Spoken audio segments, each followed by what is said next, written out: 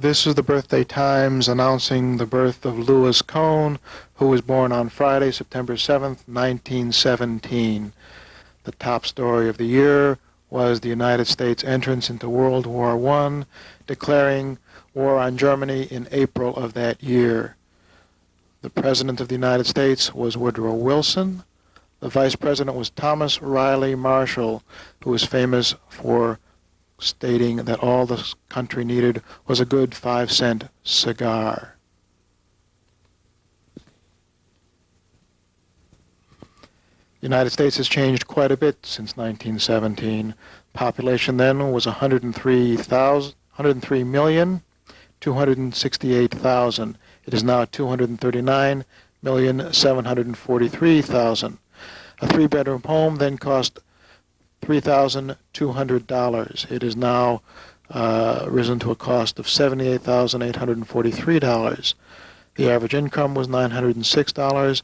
It is now $29,212.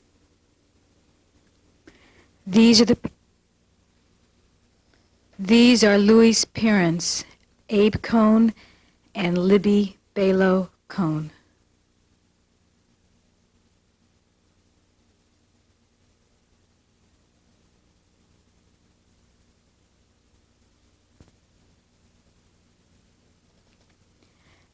This is another picture of Louis' mother, Libby, and her father, Zeta Coleman.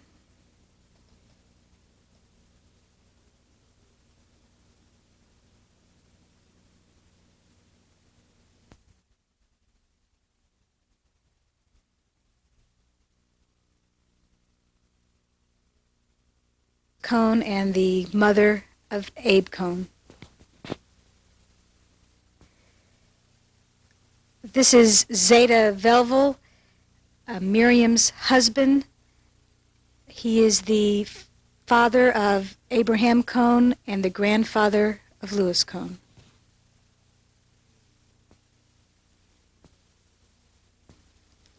In order to understand more about Louis' life, we have to go back into family history and learn something about his parents and grandparents. First thing we need to know is that his parents were related. We think something like around third cousins or so. They lived in a southern part of Russia in close proximity to each other, and it was supposed to be a very agricultural area. In 1911, Abe, trying to avoid the draft, came to the United States with his sister Heike. That road that he traveled was not such an easy one, but eventually got here in 1911. Once Abe and his sister Heike were here in Kansas City, they saved their money to try to get the rest of their family to come over too. And in 1913, his parents, Zeta Velvel and the Bubba Miriam, and his other brother and sister came to the United States. His brother's name was Pete, and his sister's name was Rissel. In 1913, Libby, that's Louis' mother, came to this country. Her father, Zeta Coleman, came here in 1926. Libby also had some other family members that settled in Kansas City as well. Often the question has been asked, why did Abe come to Kansas City? And supposedly what had happened was he ended up in Kansas City due to his trade, which his family had been in the cattle business, and also Libby's family as well. Another real important, interesting fact about Louis' family is that the name Cohn wasn't always the name Cohn. At first, the name was Perkonsky, and apparently when Louis' father Abe came over to the country and was in his work and was asked about spelling his name, he didn't know how, and someone designated him that from now on your name's going to be Cohn, and that's the way it was. After Louis' parents settled in, they got married here in the United States. On the right is Louis Max Cohn, born September 7th, 1917, at the home at 17th in Charlotte, Kansas City, Missouri. This is the earliest picture we have of Louis. He's about 2.5 to 3 years of age, and to the left of him is his sister Fanny, who is about 3.5 to 4. Louis's mom, Libby, made their clothing. She was quite a seamstress. This is 1920 to 1921. Louis is about 4 to 5 years of age. Fanny is around 6 to 7.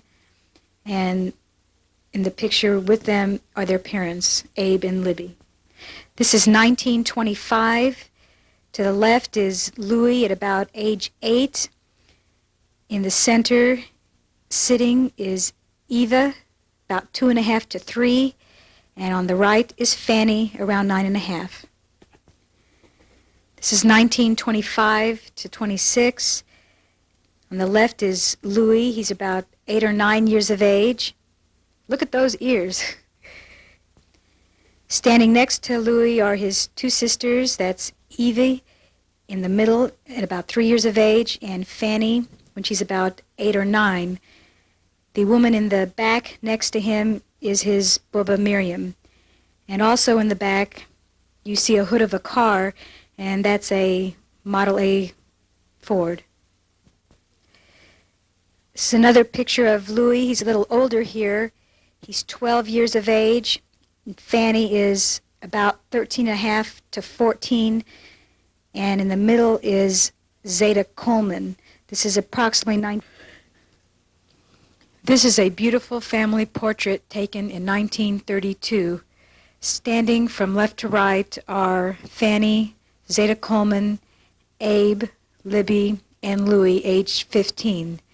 Sitting from left to right are Heike, Eva, and Bertie. This is a picture of Louis, age 17, in 1934, all dressed up.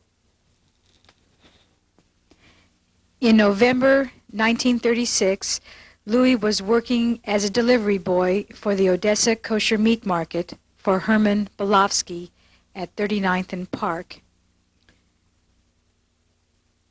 Louis talks about the store being so cold in the wintertime to work in that he would freeze his you-know-what off.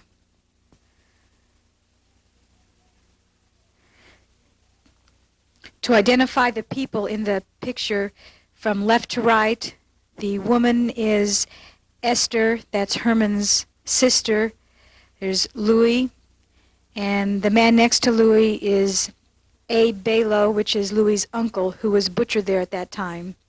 On the right-hand side, you have the woman is Herman's mother, and the man is Herman. This is a picture taken in the late 30s of Louis's parents, Libby and Abe, and his Zeta Coleman. In the front sitting are two of his cousins, Leon and Norman Balo. This is Elliot Ness from The Untouchables, or otherwise known as Big Lou, in his gangster hat, taken in around 1937 or 38.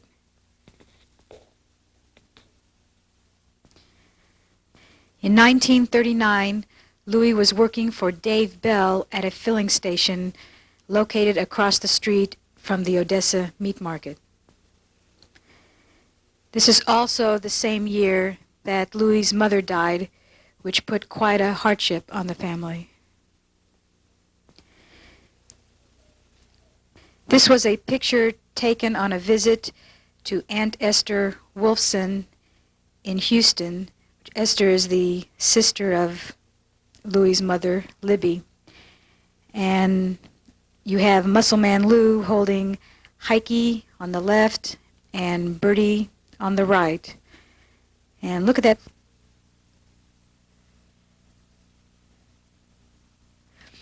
In 1940, Louis and some friends went to Baltimore to work at the Glenn L. Martin Defense Plant.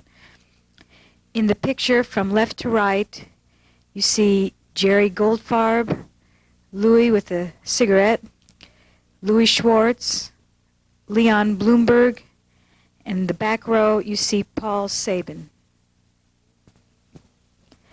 Unfortunately, while there, Louis suffered a very bad accident on a machine that amputated the first joint of his index finger on his right hand. Due to this accident, he returned sooner than expected to Kansas City in 1941. This is a picture of 1648 North Monroe in Baltimore, where Louis stayed during his training up there. And the guys in the picture are his friends that he went up there with.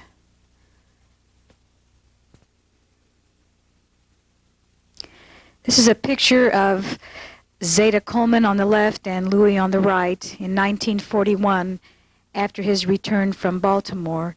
They are standing in front of the 42nd and Wabash home where they lived. Take a look at Louis wearing that muffler. Sure doesn't do that nowadays when it's cold. Still the same year and in front of the same house. This is Louis with Frank Ortiz, a very close friend of Aunt Esther Wolfson and the family.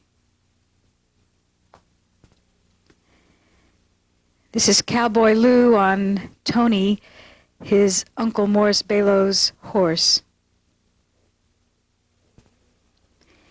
In May of 1942, Louis was on a double date. Louis's date was Gertrude Levitch, and Jerry's date was Marietta Ritz. They all went to the Playmore on 31st Street to go dancing. However, this story does continue because the following morning, guess who showed up on Marietta's doorstep? That morning, he confessed to Mary that while they were dancing the night before, he really wanted to kiss her. Sounds like love at first sight, don't you think? So he continued seeing Mary every day for the next 3 months. At that time, he was working for his Uncle Morris Balow at the packing house, and Mary was working not too far from him on 8th and Broadway at Lerner Brothers. He would take her home from work pretty much every day, and after they'd eat dinners with their own families, he would come back so they could go out on a date together. Persistent, wasn't he? After 3 months of very steady dating, they went to their usual hangout, Winstead's, where they had their grilled cheese and frosty malts in the car. And guess what happened? Yep, Louis gave Mary an engagement ring on August the 12th, 1942. This is a beautiful picture of Marietta taken for their engagement. In the summer of 42, Louis joined the Naval Air, and here he's taking a picture with his sister Eva. In the winter of 42, this is Louis in his wool navy blues with his sisters in front of the home at 3821 Wabash. To the left of him is Heike, and to the right of him is Eva, and then Bertie. This is Louis hugging Aunt Esther in front of the same home on Wabash. There's that sexy Navy man again. No wonder Marietta fell head over heels. On January 24th, 1942, Marietta Ritz became the bride of Louis Cohn. Their marriage took place at the Heroin Masonic Lodge. And in the dead of winter, where did this couple go on their honeymoon? Excelsior Springs. Where else?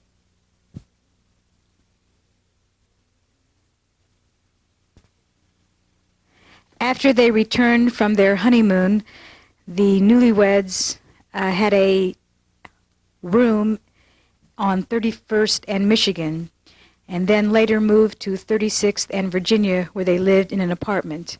At this time, Louis was working at his uncle's packing house.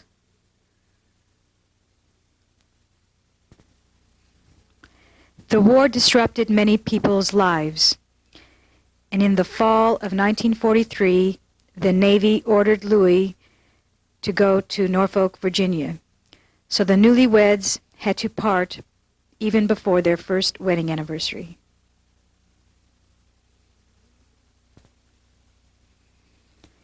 But determined to be together by that landmark, their first anniversary, Marietta began her fatiguing journey to Norfolk to be with her hubby. She went by train to Norfolk, all weighted down with luggage. Unfortunately, the train jammed and she had to transfer in Cleveland. Plus, that train derailed and there was an additional 2 to 3 hour delay. She was so exhausted by the time she got there. Plus, there were so many servicemen, she didn't know if she would ever find her husband. But she was in luck because her hubby was looking out for her and found her. Then together they took a ferry to their final destination in Norfolk.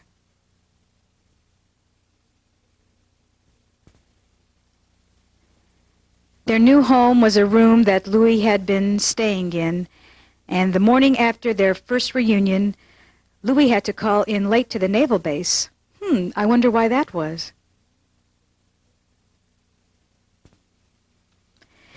Mary and Lou lived in several places. One of them was with this Jewish family. They are Dora and Jack Swirsky.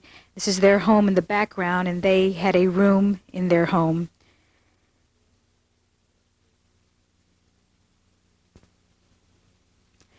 Through this couple, they met some other Jewish friends, Hannah, and some of the other close friends that I'll be talking about later in this tape. This is a picture of Louis' Naval Air Squadron.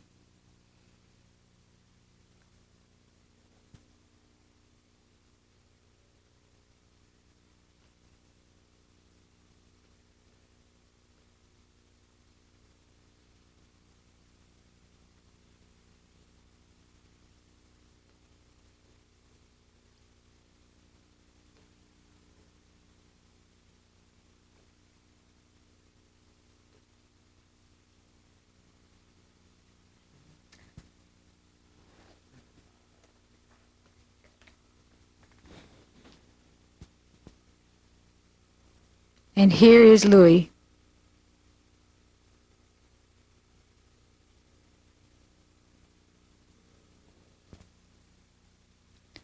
In October of 1944, Mary and Lou were at the Washington Monument. Hey, look at those newlyweds smooching. In January of 1945, Mary and Lou celebrated their second anniversary with their friends Deb and Shlaim Ansel and Marietta's cousins Marie and Philip Axe. Philip Axe was a survivor of the Titanic. In the picture from left to right, you see Louis, Marietta, Marie, and Phil Axe. In the next picture, you see Mary and Lou, and you also see their friends Deb and Shlaim.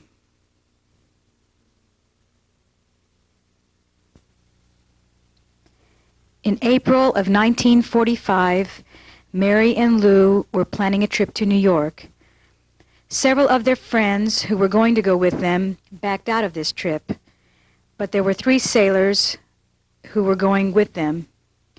In the back seat, 2 of the sailors were asleep and one of them were up. Mary claimed she saw a car coming toward them head-on. The next thing she knew, there was a big accident, and the 2 sailors who were asleep were not hurt, but the sailor that was up went over Mary and cut his head by hitting himself on the front windshield. Louis bent the steering wheel in 2 and cut the bridge of his nose, and the person who got hurt the most was Marietta, who ended up with a broken right arm and a right leg, broken ribs, and various other cuts.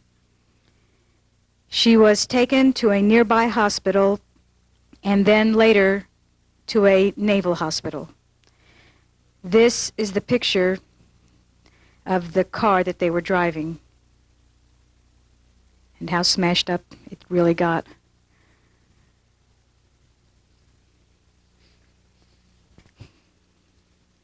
This is August of 1945, and there's poor Marietta in her hospital bed with her cast on her arm and leg. This is 4 months after their accident, and she's still there. She was becoming quite a fixture around that naval hospital. Unfortunately, she had a lot of complications. Her arm did not want to heal properly, so they had to replace a bone in her arm, and her leg was originally not set properly, so they had to re-break it and then set it again.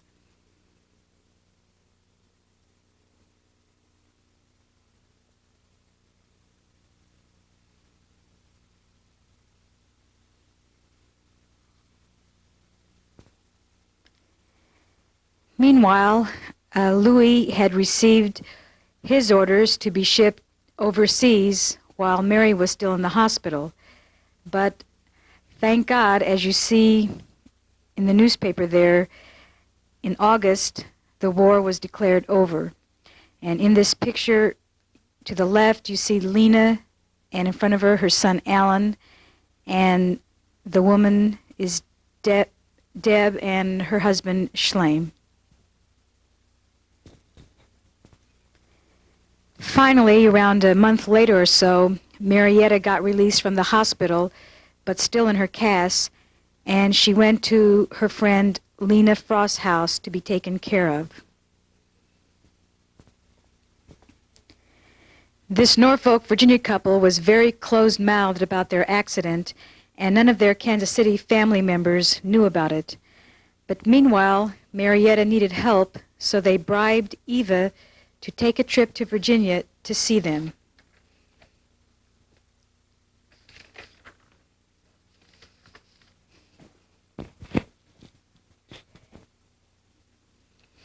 Eva finally did come down and sort of had a big surprise when she did arrive to find out that Mary was in the condition that she was in. These pictures are taken in front of the apartment that Marietta and Lou had, and you see Eva and Mary in front of the car. Hey, look at those sexy broads. These are pictures of Marietta and Lou in front of the same apartment house. Poor Mary, still in her cast, probably so very uncomfortable with all the heat and the heaviness of the cast, too. But they did it together.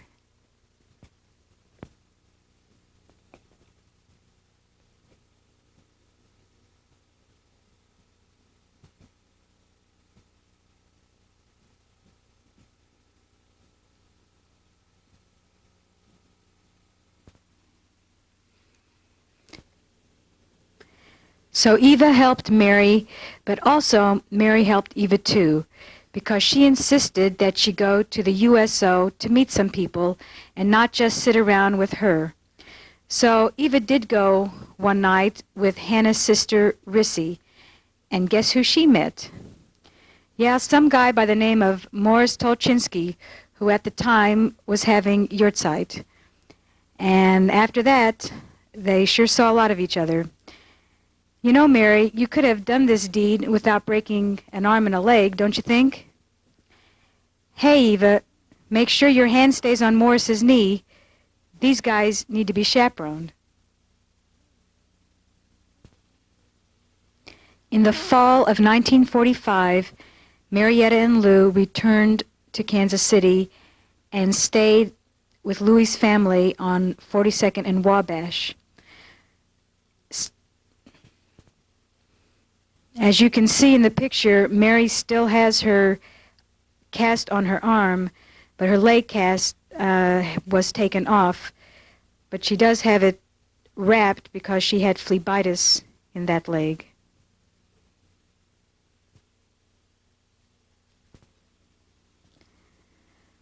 On November 11th, 1945, Fanny Cohn decided to put an E in her name and married Sam Cohn.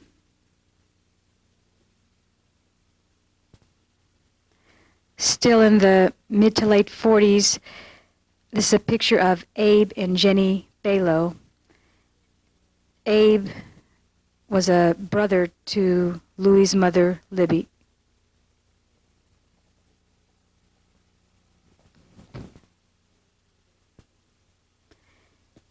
This is Lou trying to sit on Marietta's lap at the home of 42nd and Wabash in front of the fireplace. After staying with the family for a little while, they finally found an apartment on their own on 39th and Park, across the street from the Odessa Meat Market.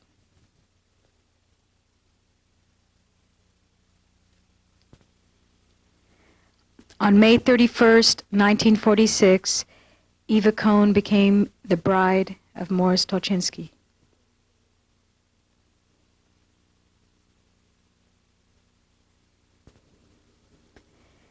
In August of 1946, Marietta and Lou took a trip to Jacksonville to visit Fanny.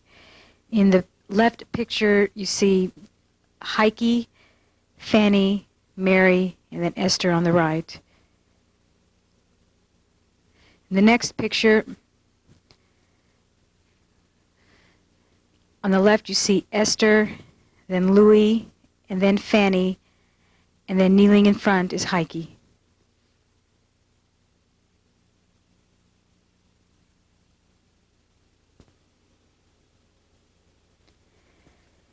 Here's a reunion with the Axe family on a return trip to Norfolk in the summer of 1946. In the center there, to the left of Mary, note that Aunt Esther is also with them.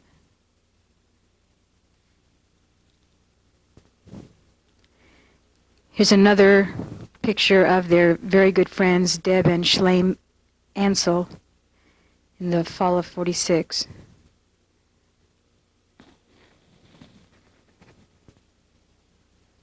Here are some other very dear friends of Marietta and Lou. This is Lena and Bob Frost.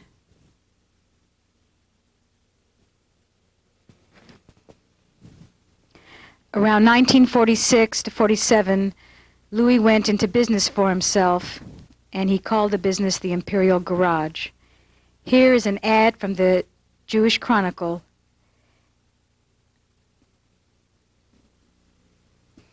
Plus down below here we have another something from the Imperial Garage. This is Louis' business card. It says, "I wouldn't be blue if you took me to Lou."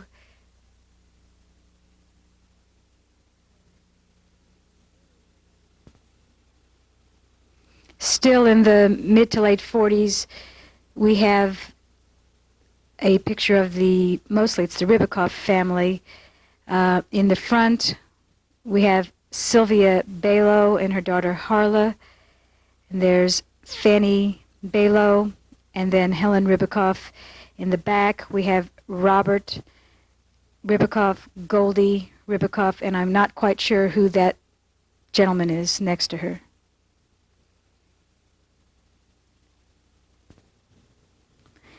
In this picture, kneeling in front, we see Abe Cohn. Next to him is Morris Balow, who was a half-brother to Zeta Coleman. The man next to him is Mr. Kessler, who was a very good friend of the family. In the back row, we have Dave Balow. In the middle is Zeta Coleman, and next to him is Zeta Velvel.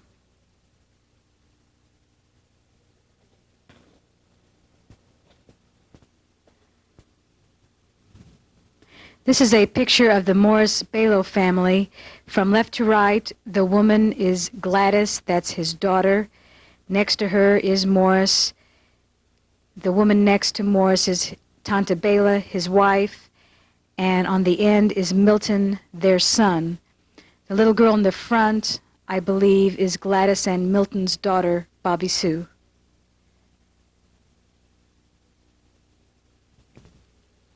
This is a picture of Heike in the center. That is Abe's sister. To the left of her is her husband, Dave, and to the right of her is Ruby, her son.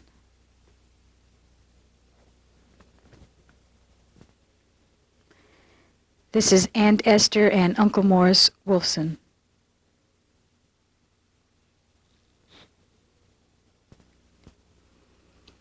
On the right, we see Abe Cohn.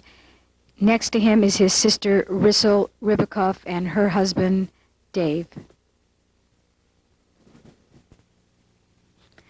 This is a nice family picture taken the Passover of 1947 with the Tolchinskys returning to Kansas City.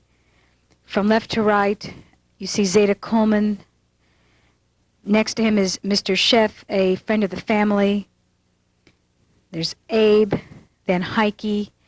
There's Mary, and she's pregnant with Les at the time. There's Morris and Eva, who's pregnant with Linda and Bertie.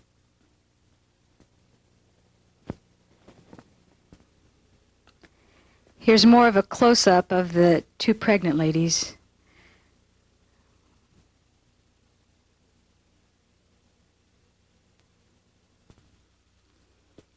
In June, Linda Tolchinsky was born. This is Linda at about 8 months of age.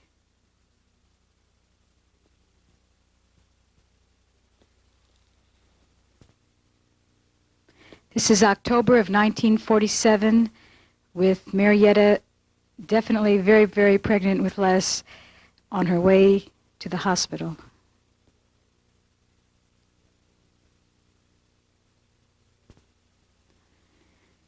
This is a picture of Les at about a few weeks old.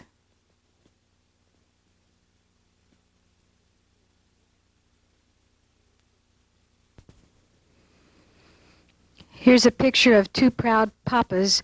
Morris is with Linda and Louis is with Les.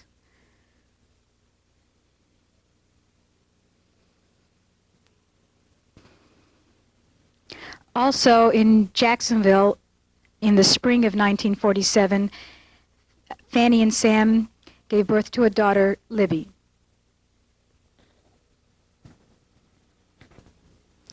Still in the 1940s, this is a picture of Marietta's parents, Morris and Annie Ritz. This is a picture of Marietta's sister, Becky.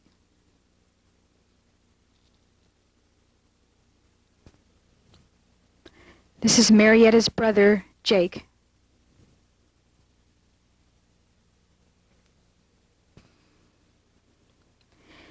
In the late 30s and mid-40s, Becky and her husband, Harry, had two children, Judy and Alfred. This picture is a family Seder picture taken at 29th in Michigan, where Marietta's folks lived. From left to right, we see Louis, there's Marietta, Alfred, there's Annie, Morris, Becky, Judy, and Jake. After Louis' business with the Imperial Garage, he became a distributor for Wynn's friction proofing. This is in the late 40s. This is pictures of his car that was painted up for Wynn's.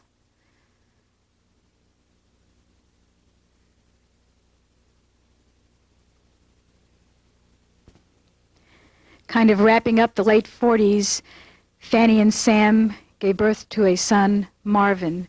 In this picture from left to right, you see Marvin, Libby, and Les. Well, we're starting the 50s, and looks like Louis and Mary did it again, except this time Mary's pregnant with Ronnie.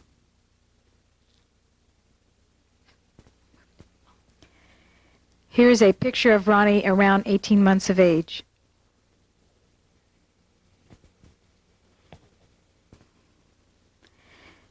This is Les at around 3 years.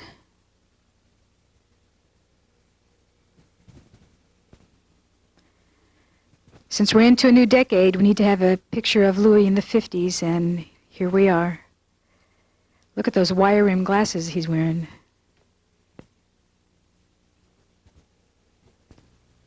It's a picture of Alfred on the left, around 6 years, Ronnie around 18 months, and Les around 3 years. Make sure you don't cut up. June 19th, 1951, Bert Cohn became the wife of Max Levin.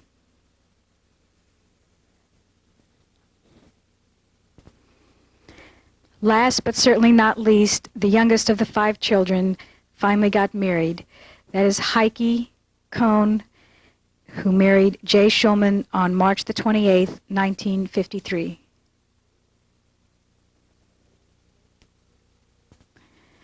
Still in the early 1950s, that's Louis and another Wins distributor at a Wins convention. Look at him in that hat.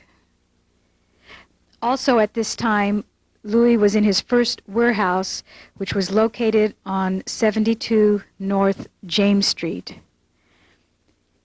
And not too long after he was there, maybe a year or so, in 1951, there was a flood that washed him out.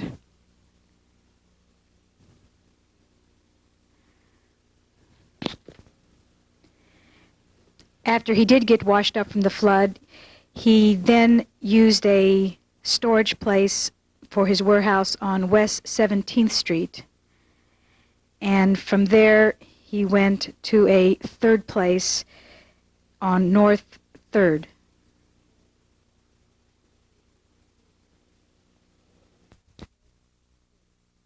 December 28th, 1955, Jack was born.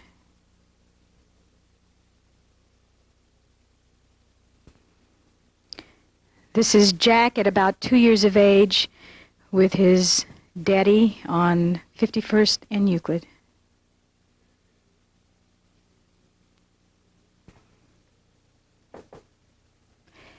Here's a picture in the mid to late 50s with Louis and his children. You see to the left, Les, and he's carrying Jack, and Ronnie is in the front. And the next picture is Ronnie and Les.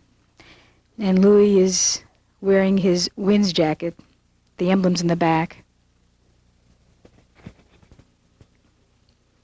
In the 50s, other children of the family were also born.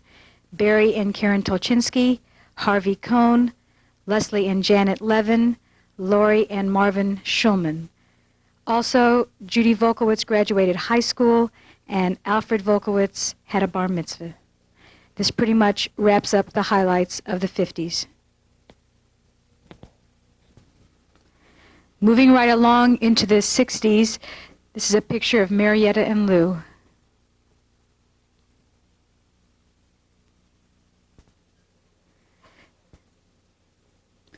'60s brought about a lot of nachas for people. There were a lot of bar and bat mitzvahs. This one is a picture of Jack's bar mitzvah.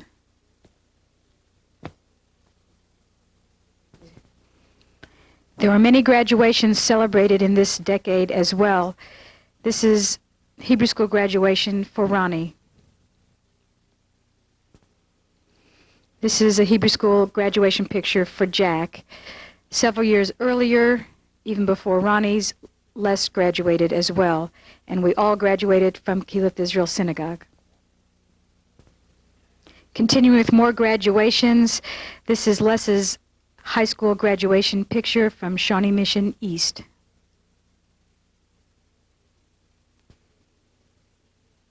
This is Ronnie's graduation picture from Shawnee Mission South High School.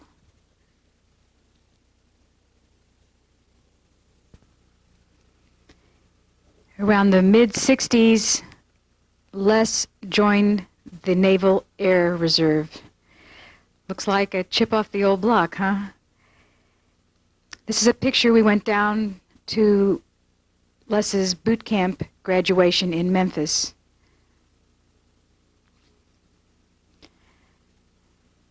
There they are, the two Navy guys. She's smooching with her other sailor man.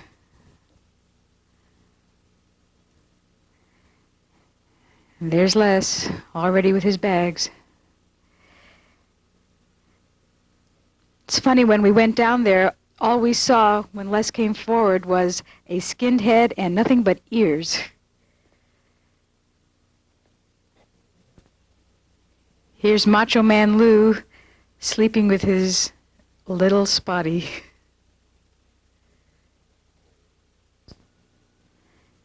In the 1960s, Louis moved to another warehouse. This one was located on 640 Reynolds. At this time, he was still a Wynn's distributor and later changed to Guard Oil Products, his own company.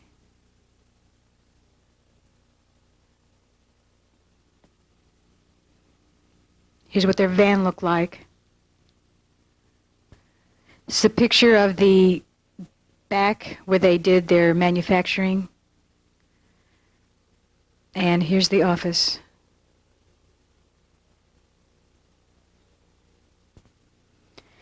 This is Tippy, and he was one of the guard dogs.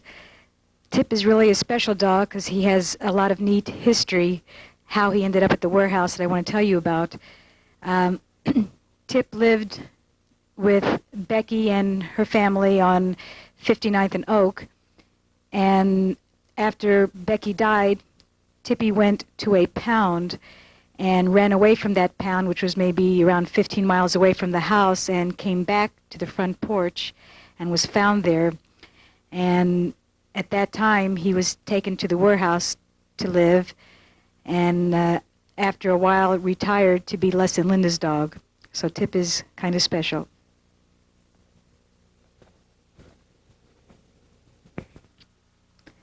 Some last little events wrapping up the 60s. Around 1960, Judy and Fred got married. In this picture, from left to right, you see Judy's grandparents, Morris and Annie Ritz, her parents, Harry and Becky Volkowitz. Of course, there's Judy and Fred. There's Louie and Marietta and Al.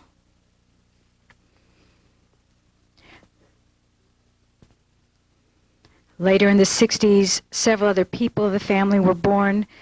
Louis Levin and Bernie Schulman. Also, Moishe Sachs and Steve Sachs. It's the 1970s, and Louis and Mary's children are growing up. This is a picture in January of 1971 of Les and Linda's prenuptial dinner at the Wishbone restaurant. Following are just a few pictures of that time. This is Thelma and Ted Klutz, Linda's parents. You know who that is. There's Bubba. It's Marcia and Arnie. It's Linda's sister. It's Ronnie and Jack. There's Al at the microphone, and you see Larry, Linda's brother, and Linda's grandmother. And of course, Les and Linda.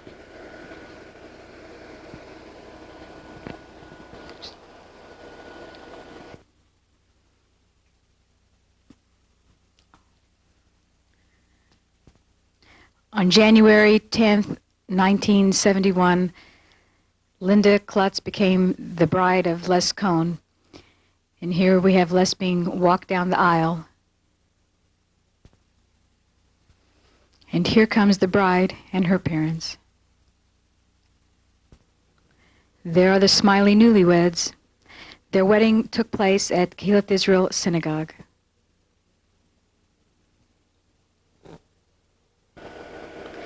Also in January of 1971, besides Les and Linda getting married, Ronnie and Ian got engaged. She hadn't gotten over one shock, and Mariette and Lou were in for a second one. In July of 1971, Ronnie and Ian had a prenuptial dinner held at Pooch's 210. A couple other pictures of the prenuptial. Here we have Louis and Ann Belson, Ian's mom. This is Marietta and Morris Belson, Ian's father.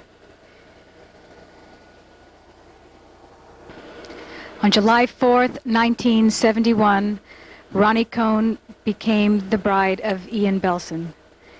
That's Ian's parents walking him down the aisle. There's Mariette and Lou walking Ronnie down the aisle. And there are the newlyweds. The wedding took place at Keelith Israel Synagogue.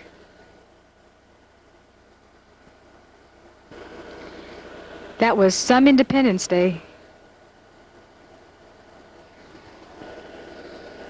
They're smiling. Maybe this is their Independence Day from losing a couple of kids. Other marriages that took place around the same time were Linda Tolchinsky to Herb Siegel, Libby Cohn to Joey Needle, and Barry Tolchinsky to Mike Efron. Ronnie and Ian spent their honeymoon with the family. They went to Marvin's bar mitzvah in Silver Springs, and after that we went down to Florida, and Mariette and Lou also came down for a party that was held for us there. After that, we made our home in Detroit, where Ian was doing a neurology residency.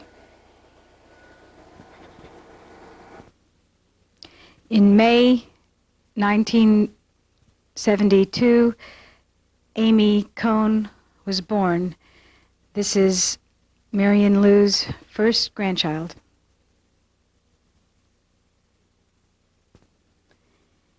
Here's a cute little picture of Amy at around 3 years of age. I was supposed to deliver around the middle of August, according to my doctor, and Mom came to Detroit August 12th, and about 8 weeks later, we finally were on our way to the hospital.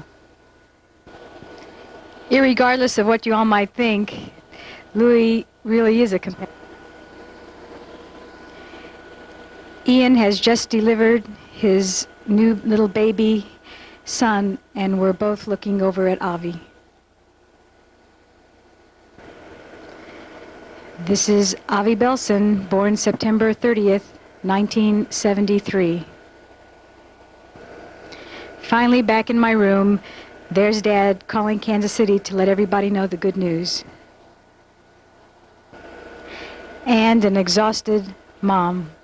This is a little excerpt of Avi's bris. There's Heike bringing him down.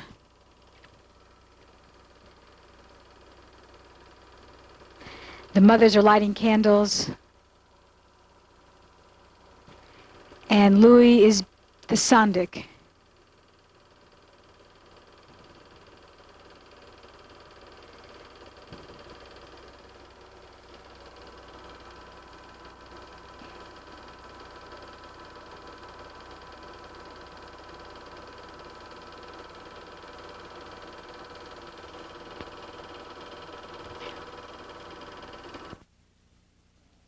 In August of 1976, Todd Cohn was born, and there his Zeta is being the Sandik.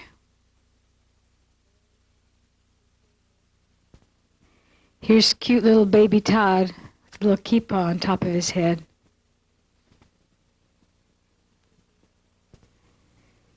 In the early 1970s, Louis moved to his fifth warehouse. This one was located 81 North 1st Street. Guard Oil found a new home in an old packing house. This is ironic for an old packing house worker. A few additional comments to wrap up the 70s. 1974, in February, Louis had a heart bypass surgery. There were some bar mitzvahs during that decade of some other family members, plus other grandchildren. Two Louis' sisters were born. They were Ellie, Tammy, and Avi Needle, Lisa and Adam Siegel, Ruchama, Efren, and a few years earlier, during the same time, Janet got married to Joseph Pack.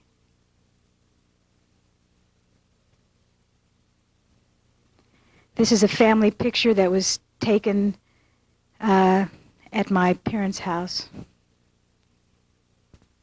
In addition to the family events that I just mentioned, Guard found another new home at 100 South 1st Street in the mid to late 70s. This was another old packing house that they converted for their purposes.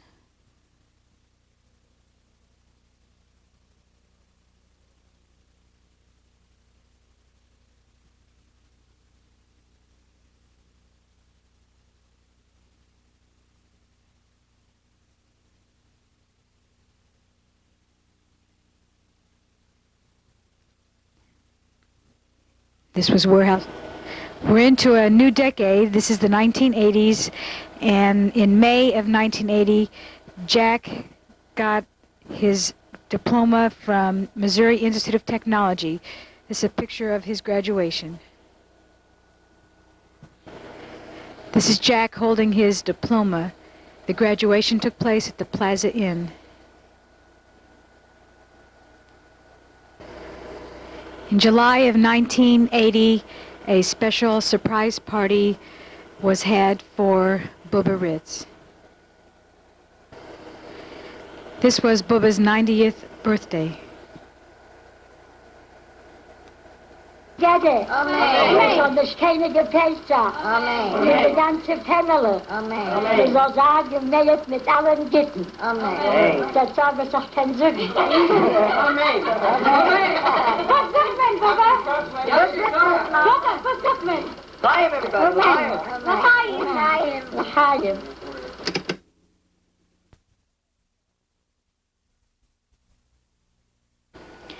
In October of 1981, we celebrated the prenuptial dinner of Jack and Jill.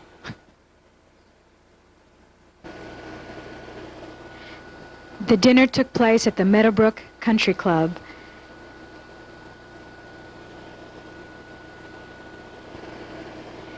Mary and Lou's baby is finally getting married.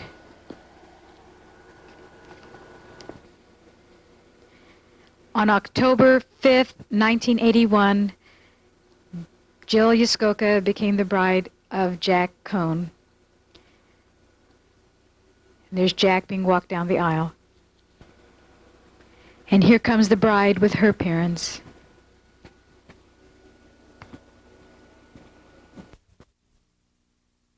Here are the happy newlyweds. The marriage took place at Beth Shalom Synagogue.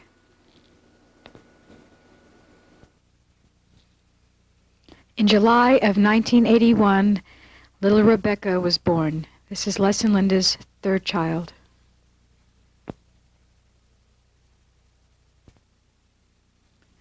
On September 22nd, 1982, Michelle Cohn was born. This is Michelle at about 2 years of age.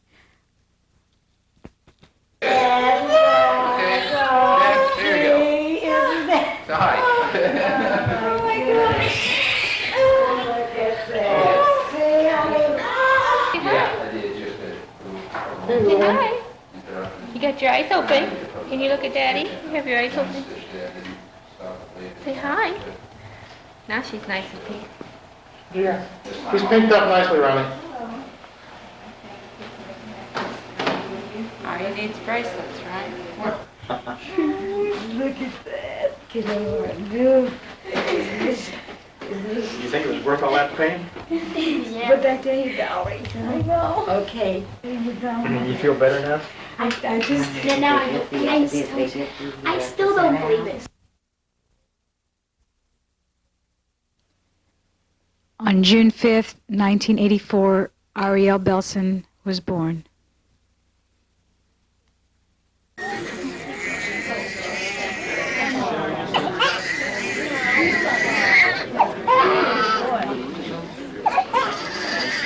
Hey, Debbie. Come right here.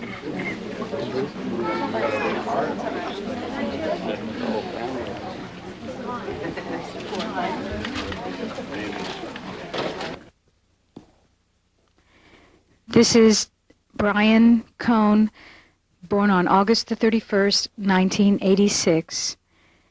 His bris was held on his Zeta's birthday, and his Zeta was Sandik.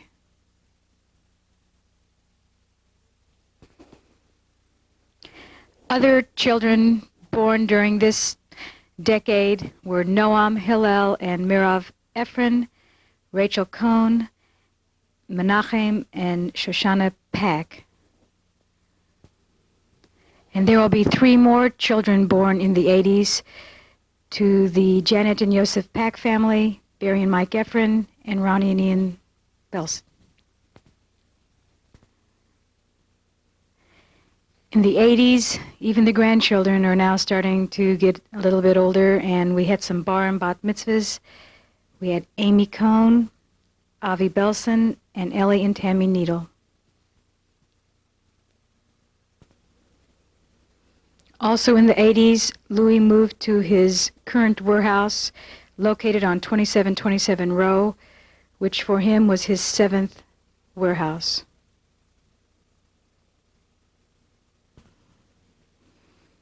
These are the guard boys. A few years ago, Jack also joined the business, which completed Louis' dream of sharing his work with his sons.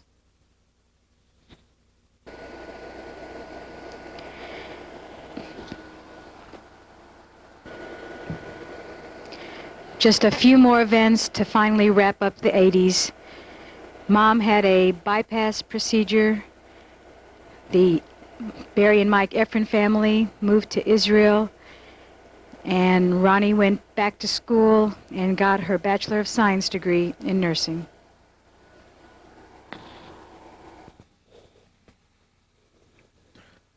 Over the past hour, we have tried to present a brief history of 5 generations of the Cohn family.